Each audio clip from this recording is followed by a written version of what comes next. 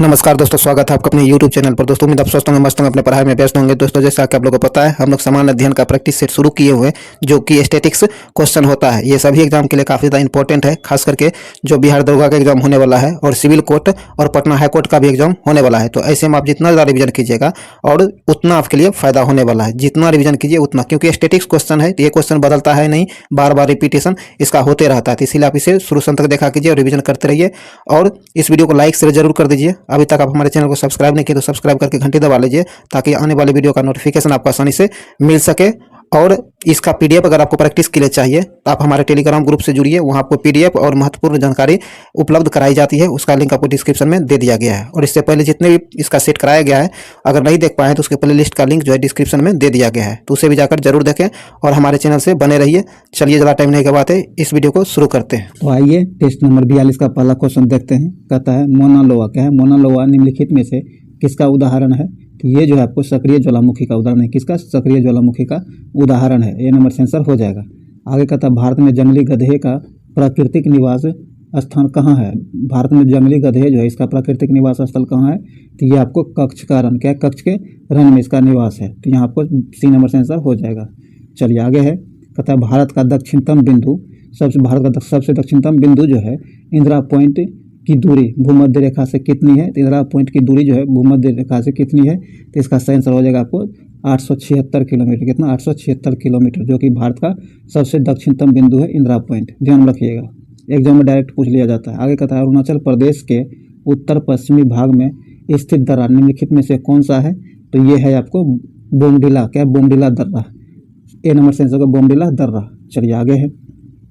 ब्राह्मणी लिपि क्या है? ब्राह्मणी निम्नलिखित में से किसकी सहायक नदी है? ब्राह्मणी जो है निम्नलिखित में से किसकी सहायक नदी है?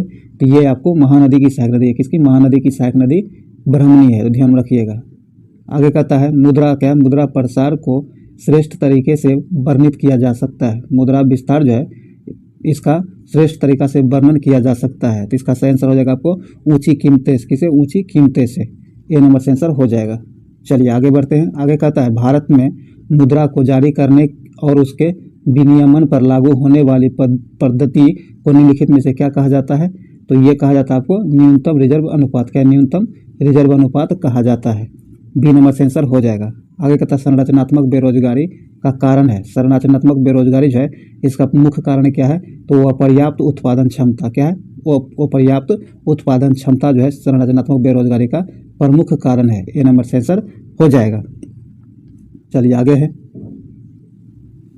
आगे कहता है बैंक दर। क्या है? बैंक दर में कमी का ऋण की उपलब्धता पर क्या प्रभाव पड़ता है? बैंक दर में जब कमी होती है तो ऋण की उपलब्धता पर क्या प्रभाव पड़ता है? तो ऋण पर जो उपलब्ध पर यह ऋण बढ़ जाता है। क्या? ऋण बढ़ जाएगा। बी नंबर सेंसर का ऋण बढ़ जाएगा।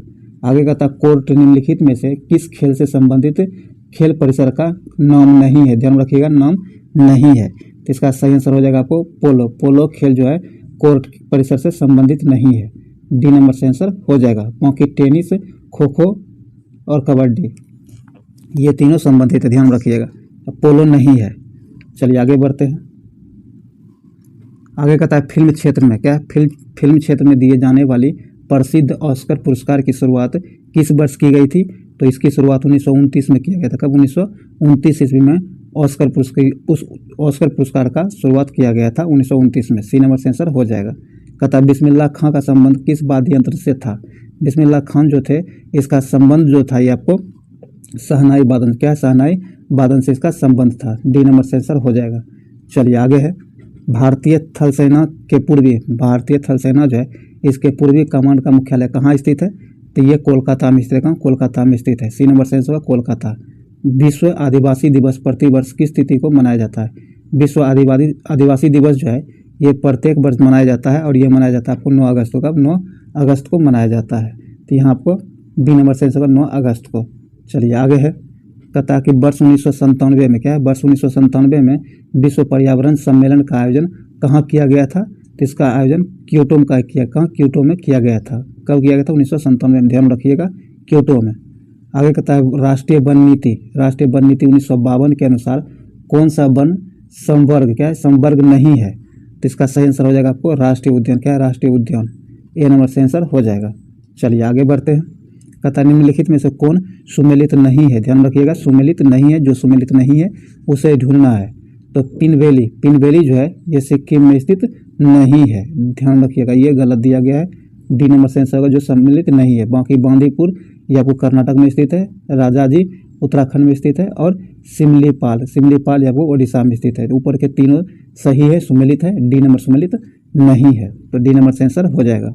आगे कहता है निम्नलिखित में से कौन सा जैव निम्न करणीय है, कहता है निम्नलिखित में से कौन जैव निम्न करणीय है, तो इसका सही आंसर हो जाएगा आपको रबर जो आपको जैव निम्न करणीय नहीं है, सॉरी जैव निम्न करणीय है, ध्यान रखिएगा जैव निम्न करणीय है रबर, तो यहाँ नंबर सेंसर हो जाएगा। चलिए आगे है, कहता किस वेद के रचनाओं को पढ़ने वाले ऋषि को होत्री कहा जाता है, कहता वह कौन सी वेद है जिसे पढ़ने वाले ऋषि को होत्री कहा जाता है, तो इसका सही आंसर हो जाएगा ऋग्वेद को पढ़ने वाले ऋषि को होत्री कहा जाता है, डी नंबर सेंसर हो जाएगा। आगे निम्नलिखित में से कौन वेदांग नहीं है, ध्यान रखिएगा वेदांग नहीं है, तो जो वेदांग नहीं है ये ज्ञान है, ज्ञान जो है वेदांग नहीं है, सी नंबर सेंसर हो जाएगा। चलिए आगे है, आगे कहता है निम्नलिखित दर्शन तथा उनके प्रवर्तक में कौन सुमेलित नहीं है, कहता निम्नलिखित दर्शन तथा उसके प्रवर्तक जो दिए गए हैं उनमें कौन सुमेलित नहीं है, तो ये आपको उत्तरी मीमांसा जो है ये जेमिनी ये आपको सुमेलित नहीं है, सी नंबर सही आंसर हो जाएगा जो सुमेलित नहीं है। बाकी न्याय दर्शन गौतम संबंधित है, संख्या कपिल से संबंधित है और क्या है वैशेषिक ये आपको उल्लूक से संबंधित है, लेकिन सी नंबर सुमेलित नहीं है। आगे कहता है निम्नलिखित में से कौन सा मुगल शासकों का गलत अनुक्रम है, कहता है निम्नलिखित में से वह कौन सा क्रम है जो मुगल शासकों के बारे में गलत दिया गया है, तो इसका सही आंसर हो जाएगा आपको अकबर, शाहजहां और जहांगीर, ये आपको यही सुमेलित नहीं है, तो ये नंबर यहाँ से आंसर हो जाएगा जो सुमेलित नहीं है। चलिए आगे है, आगे कहता है निम्नलिखित में से किसे बंगाल में मुस्लिम पुनर्जागरण का जनक माना जाता है, कहता निम्नलिखित में से वह कौन है जिसे बंगाल में मुस्लिम पुनर्जागरण का जनक के रूप में जाना जाता है या फिर माना जाता है, तो यह आपको नवाब अब्दुल लतीफ़ खान को माना जाता है, बी नंबर सेंसर हो जाएगा।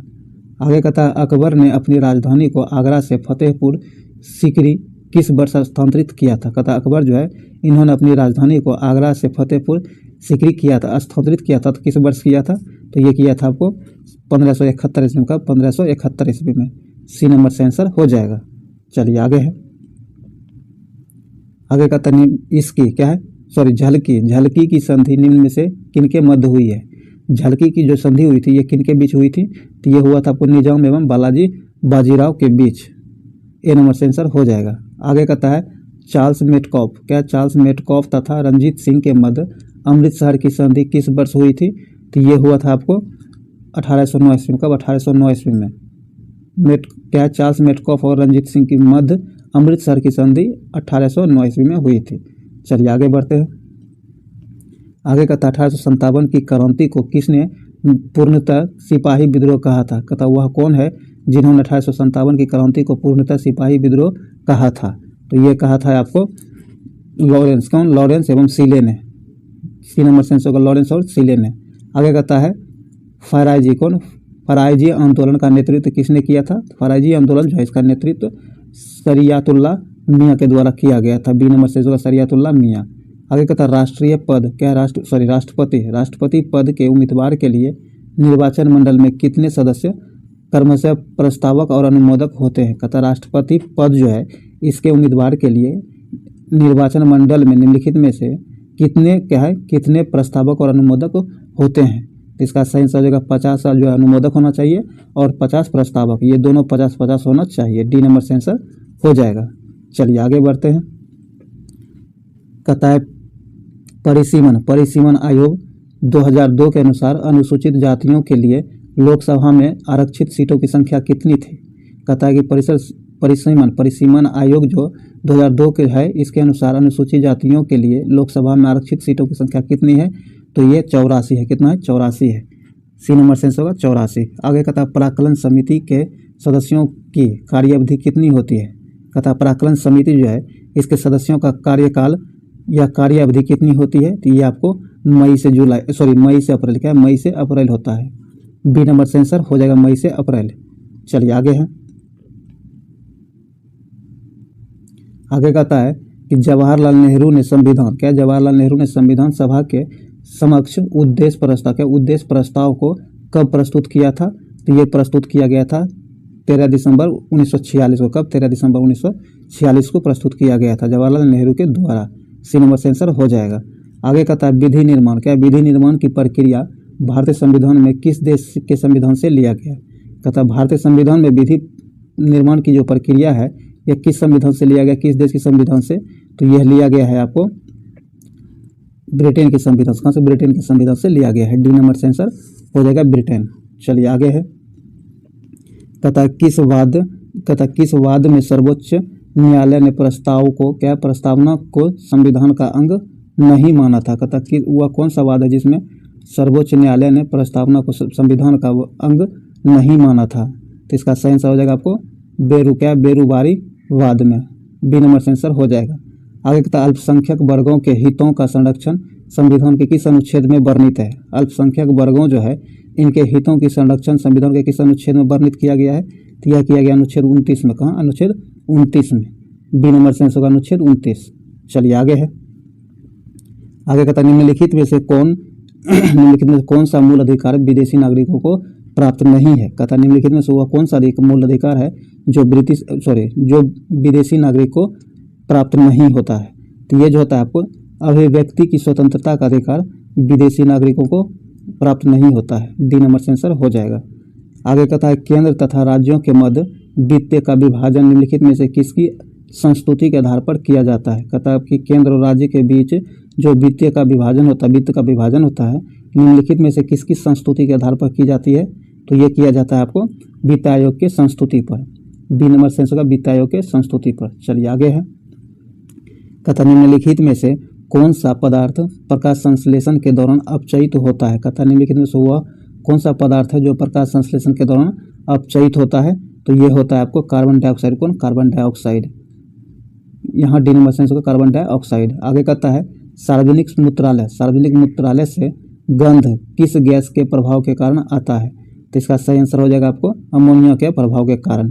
सी नंबर से आंसर होगा अमोनिया। आगे कहता है निम्नलिखित में से कौन प्राकृतिक गैस का मुख्य घटक है? निम्नलिखित में से वह कौन है जो प्राकृतिक गैस का घटक है? तो इसका सही आंसर हो जाएगा आपको मीथेन। कौन? मीथेन। सी नंबर से होगा मीथेन। चलिए आगे है। कहता है गति के नियम को निम्नलिखित में से किसने प्रतिपादित किया था? गति का जो नियम है इसे किसके द्वारा प्रतिपादित किया गया था? तो ये प्रतिपादित किया गया आपको न्यूटन के द्वारा। किसको? न्यूटन के द्वारा। ए नंबर से होगा न्यूटन। निम्नलिखित में से कौन ऊष्मा की इकाई नहीं है? कहता निम्नलिखित में से वह कौन है जो ऊष्मा की इकाई नहीं है? तो ये आपको वाट जो है ऊष्मा की इकाई नहीं है। डी नंबर से होगा वाट। एक सुरंग में 100 वाट क्षमता वाले 5 लगातार बल्ब 20 घंटे तक जलाए जाते हैं तो कुल विद्युत जो लागत होगी कितनी होगी? तो ये हो जाएगा आपको 10 यूनिट। कितना? 10 यूनिट। बी नंबर से होगा 10 यूनिट। चलिए आगे है। आगे कहता लोहे पर जंग लगने से उसमें भार पर क्या प्रभाव पड़ता है? कहता लोहे में जब जंग लगता है तो उस पर क्या प्रभाव पड़ता है? तो उसका वजन बढ़ जाता है। कहता है उसका वजन बढ़ जाता है। डी नंबर से उसका वजन बढ़ जाता है। आगे कहता है ब्रेसिका कंप्रेसिटस किस पौधे का वनस्पतिक नाम है? तो ये जो है आपको सरसों के पौधे का वनस्पतिक नाम है। डी नंबर से होगा सरसों के। निम्नलिखित में से सूत्र विभाजन की सबसे लंबी स्टेज कौन सी है? निम्नलिखित में से सूत्र विभाजन जो है इसकी सबसे लंबी स्टेज कौन सी है? तो ये है आपको प्रोफेज। क्या है? प्रोफेज। एक नंबर से इसका प्रोफेज।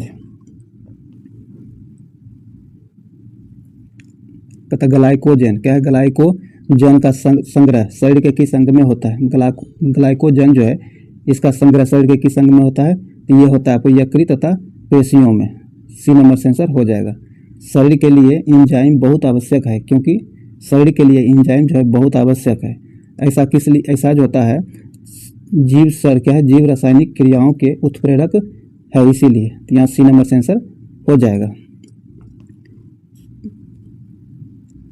कार्बोहाइड्रेट पाचन के अंतिम उत्पाद क्या होता है? कार्बोहाइड्रेट जो है इसके पाचन का अंतिम उत्पाद क्या होता है? तो ये होता है आपको मोनोसेकेराइड्स। क्या है? मोनोसेकेराइड्स। तो यहाँ आपको सी नंबर से आंसर हो जाएगा। यूरिया का निर्माण शरीर के किस अंग में होता है? शरीर में यूरिया का जो निर्माण होता है ये शरीर के यकृत से होता है। कहाँ? यकृत में होता है। बी नंबर से आंसर हो जाएगा यकृत।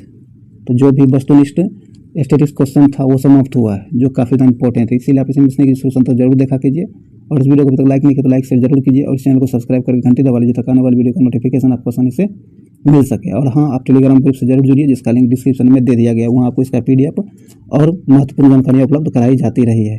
तो चलिए, हर दिन के भांति आज फिर हम लोग स्मरणीय तथ्य देखते हैं, जो काफ़ी इंपॉर्टेंट स्टैटिक्स है। तो आप इसीलिए इसे मिस नहीं कीजिए, सोल्यूशन तक जरूर देखिए। कहता है अलकनंदा, क्या है? अलकनंदा एवं भागीरथी का संगम स्थल। कहता है अलकनंदा और भागीरथी जो है इसका संगम स्थल देवप्रयाग है। क्या? देवप्रयाग है। देवप्रयाग के बाद अलकनंदा एवं भागीरथी को जाना जाता है। जब देवप्रयाग में अलकनंदा और भागीरथी का संगम होता है तो उसके बाद इसे किस नाम से जाना जाता है? तो गंगा के नाम से जाना जाता है। क्या होता है? गंगा के नाम से जाना जाता है।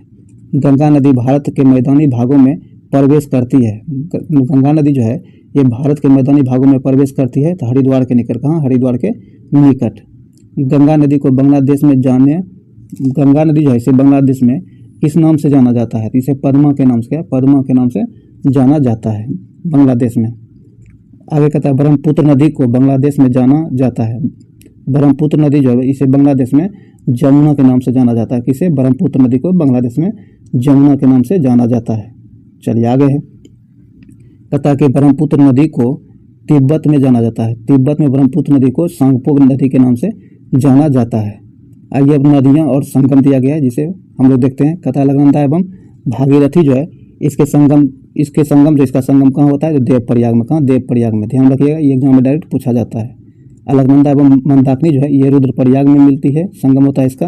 अलकनंदा और पिंडार इसका संगम स्थल कर्णप्रयाग है। क्या? कर्णप्रयाग है। और धौली गंगा एवं विष्णु गंगा विष्णुप्रयाग में मिलती है या फिर संगम होता है। ये ध्यान में जरूर रखिएगा। चलिए, इसे जरूर ध्यान रखिएगा। आगे बढ़ते हैं। आगे कहता है नदी दिया गया है, उद्गम स्थल और सहायक नदियां दी गई है। नदी और उसका उद्गम स्थल और उसकी सहायक नदियों दी गई है। तो आइए देखते हैं। सिंधु नदी जो है इसका उद्गम मानसरोवर झील से होता है, और इसकी सहायक नदी सतलज, चिनाब, रावी और ब्यास, झेलम, ये जो है पांचों सिंधु नदी की क्या है? सिंधु नदी की सहायक नदियां हैं। और इसका उद्गम होता है मानसरोवर झील से होता है। और गंगा नदी जो है इसका उद्गम स्थल गौमुखी हिमानी है, और इसकी सहायक नदियां यमुना, गंडक, बागमती, रामगंगा इत्यादि जो है गंगा की सहायक नदियां हैं। ध्यान रखिएगा। आगे कहता है यमुना नदी का उद्गम स्थल यमुनोत्री है। क्या? यमुनोत्री हिमानी है, और इसके सहायक नदियां चंबल, बेतवा और केन है। कोसी नदी का उद्गम स्थल गोसाईनाथ चोटी है। क्या? गोसाईनाथ चोटी कोसी नदी की उद्गम स्थल है, और इसकी सहायक नदियां लिखू, दूधकोसी, भोटकोसी, यारू इत्यादि जो है इसकी सहायक नदियां हैं। नर्मदा नदी का उद्गम स्थल अमरकंटक में है। नर्मदा नदी जो है इसका उद्गम स्थल अमरकंटक में है, और इसकी सहायक नदी हालन, बंजार और तावा इसकी सहायक नदियां हैं। ब्रह्मपुत्र नदी इसका उद्गम स्थल चेंगयुंग डुंग हिमानी, जो कि मानसरोवर झील में ही है। वहां से इसका उद्गम स्थल वही है मानसरोवर में, ब्रह्मपुत्र नदी की। और इसकी सहायक नदी मानस, तिस्ता, सुवर्णिशिरी, दिबांग, लोहित इत्यादि जो है इसकी सहायक नदियां हैं। और महानदी का उद्गम स्थल सिहावा के पास छत्तीसगढ़ में महानदी का उद्गम स्थल है, और इसकी सहायक नदी ब्रह्मणी और बैतरणी, ये दो नदियां इनकी सहायक नदियां हैं। कृष्णा नदी जो है इसका उद्गम स्थल महाबलेश्वर की पहाड़ी। कृष्णा नदी जो है इसकी सहायक नदियां उद्गम स्थल है महाबलेश्वर की पहाड़ी, और इसकी सहायक नदियां पंचगंगा, दूधगंगा, घाटप्रभा, मालप्रभा, मूसी, भीमा और तुम्भद्रा, ये सारी नदियां कृष्णा नदी की सहायक नदियां हैं।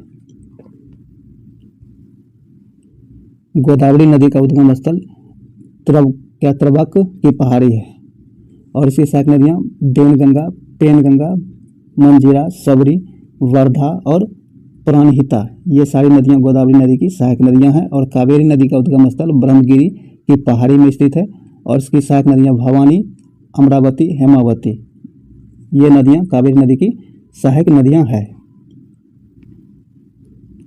अब प्रमुख जल संधियां दी गई है। 8 डिग्री चैनल जो है ये आपको मालदीव एवं मिनीकॉय के बीच स्थित है।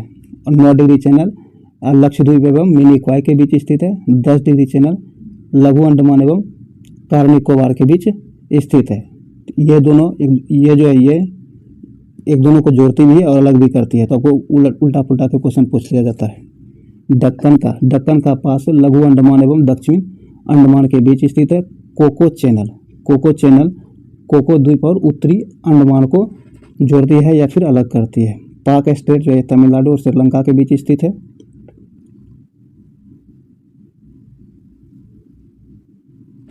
मन्नार की खाड़ी तमिलनाडु एवं श्रीलंका के बीच, मन्नार की खाड़ी तमिलनाडु एवं श्रीलंका के बीच स्थित है। भारत की सबसे बड़ी तटीय झील जो है ये चिल्का झील है। भारत की सबसे बड़ी तटीय झील चिल्का झील। भारत में सबसे खारे पानी की झील चिल्का झील। भारत में सबसे बड़ी मीठे पानी का झील बुलर झील। भारत की सबसे बड़ी कृत्रिम झील, तो ये आपको गोविंद बल्लभ पंत सागर जो झील जो है ये भारत की सबसे बड़ी कृत्रिम झील है। भारत में सबसे अधिक ऊंचाई पर स्थित झील चोलामू झील है। भारत में सबसे अधिक ऊंचाई पर स्थित झील चोलामू झील है। भारत में ज्वालामुखी का उद्गार द्वारा निर्मित झील जो है ये लोनार झील है। हैदराबाद एवं सिकंदराबाद के मध्य स्थित झील हुसैन सागर झील हैदराबाद एवं सिकंदराबाद के बीच स्थित है। लोकटक झील जो है ये मणिपुर में है। लोकटक झील मणिपुर में है। बेमनाड झील स्थित है केरल में। बेमनाड झील केरल में स्थित है। तो ये जो भी इम्पोर्टेंट था ये समाप्त हुआ है।